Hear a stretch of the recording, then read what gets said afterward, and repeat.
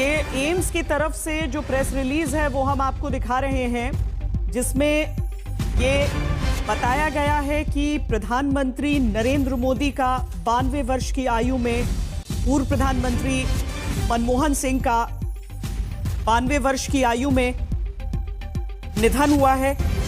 ಸ್ನೇಹಿತರೆ ನಮಸ್ಕಾರ, ನಾನು ವಿಕಾಸ್ ಶಾಸ್ತ್ರಿ. ಹೇಗಿದ್ದೀರಿ ಎಲ್ಲರೂ? ಮಾಜಿ ಪ್ರಧಾನಮಂತ್ರಿ ಮನಮೋಹನ್ ಸಿಂಗ್ ರವರ ನಿಧನದ ಸುದ್ದಿಯನ್ನು ಓದುವ ಬರದಲ್ಲಿ ಹಾಲಿ ಪ್ರಧಾನಿ ನರೇಂದ್ರ ಮೋದಿಯವರ ಹೆಸರನ್ನ ನ್ಯೂಸ್ ಆಂಕರ್ ಒಬ್ಬರು ಹೇಳಿ ಎಡವಟ್ಟನ್ನು ಮಾಡಿಕೊಂಡಿರುವಂತಹ ವಿಡಿಯೋ ಸಾಮಾಜಿಕ ಜಾಲತಾಣಗಳಲ್ಲಿ ಸಖತ್ ಚರ್ಚೆಯನ್ನು ಮಾಡ್ತಾ ಇದೆ.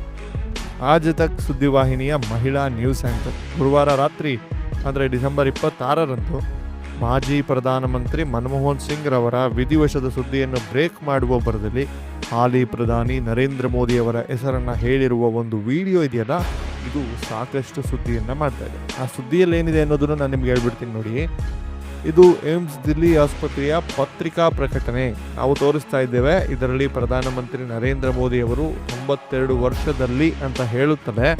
ಮಾಜಿ ಪ್ರಧಾನಮಂತ್ರಿ ಮನಮೋಹನ್ ಸಿಂಗ್ ಅವರ 92 ವರ್ಷಗಳಲ್ಲಿ ನಿಧನ ಹೊಂದಿದ್ದಾರೆ. ತಪ್ಪನ್ನು ಕೂಡಲೇ ತಿದ್ದುಕೊಂಡಿದ್ದಾರೆ. ಆದರೆ ನೆಟ್ಟಿಗರು ಈ ಕೆಲ ಸೆಕೆಂಡ್ಗಳ ವಿಡಿಯೋನ ಟ್ರೋಲ್ ಮಾಡ್ತಾ ಇದ್ದಾರೆ.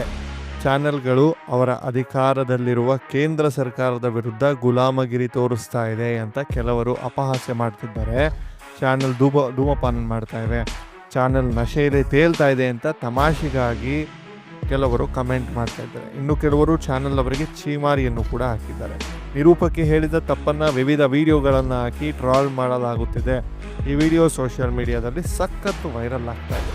ಒಂದು ಜವಾಬ್ದಾರಿಯುತ ಸಂಸ್ಥೆಯಾಗಿ ಜವಾಬ್ದಾರಿಯುತ ಟಿವಿ ಚಾನೆಲ್ ಈ ರೀತಿಯ ವಿಡಿಯೋ ಪ್ರಸಾರ ಮಾಡಿ ಈ ರೀತಿಯ ತಪ್ಪು ಸಂದೇಶಗಳನ್ನು ಕೊಟ್ಟರೆ ಜನತೆ ಹೇಗೆ ರಿಸೀವ್ ಮಾಡ್ಕೊಳ್ಬೋದು ಅನ್ನೋದಕ್ಕೆ ಇದೊಂದು ಸಾಕ್ಷಿ ಅಂತ ನನಗನ್ನಿಸ್ತಾ ಇದೆ. ಯಾಕೆಂತಂದರೆ ಒಂದು ದೊಡ್ಡ ಸುದ್ದಿವಾಹಿನಿ, ಅದರಲ್ಲೂ ಆಜ್ ತಕ್ ಅನ್ನುವಂಥದ್ದು 2000 ಇಸ್ವಿಯಲ್ಲಿ ಸ್ಟಾರ್ಟ್ ಆಗಿದ್ದು. ಡಿಸೆಂಬರ್ 31, 2000ನೇ ಇಸ್ವಿ. ಇವತ್ತಿಗೆ 25 ವರ್ಷಗಳು ಪೂರೈಸುತ್ತೆ. ಇನ್ನು 2-3 ದಿನಗಳು ಹೋದರೆ ಇಂಥ ಒಂದು ಸುದ್ದಿವಾಹಿನಿಯಲ್ಲಿ ಈ ರೀತಿ ತಪ್ಪುಗಳಾದರೆ ಜನತೆ ಯಾವ ರೀತಿಯ ತೀಕ್ಷ್ಣವಾಗಿ ಅಥವಾ ಸೂಕ್ಷ್ಮವಾಗಿ ಗಮನಿಸ್ತಾರೆ ಅನ್ನೋದನ್ನು ನಾವು ಅರ್ಥ ಮಾಡ್ಕೋಬೇಕು. ಯಾಕೆಂತಂದರೆ ಸುದ್ದಿವಾಹಿನಿ ಏನು ಪ್ರಕಟ ಮಾಡಿದ್ರು ನೋಡ್ತಾರೆ, ಏನು ಪ್ರಕಟ ಮಾಡಿದ್ರು ನಂಬುತ್ತಾರೆ ಅನ್ನುವ ಕಾಲ ಒಂದಿತ್ತು. ಆದರೆ ಇವತ್ತಿನ ಕಾಲದಲ್ಲಿ ಸೋಷಿಯಲ್ ಮೀಡಿಯಾ ಅಷ್ಟೇ ಸ್ಟ್ರಾಂಗ್ ಆಗಿ ಪಸರಿಸಿಬಿಟ್ಟಿವೆ.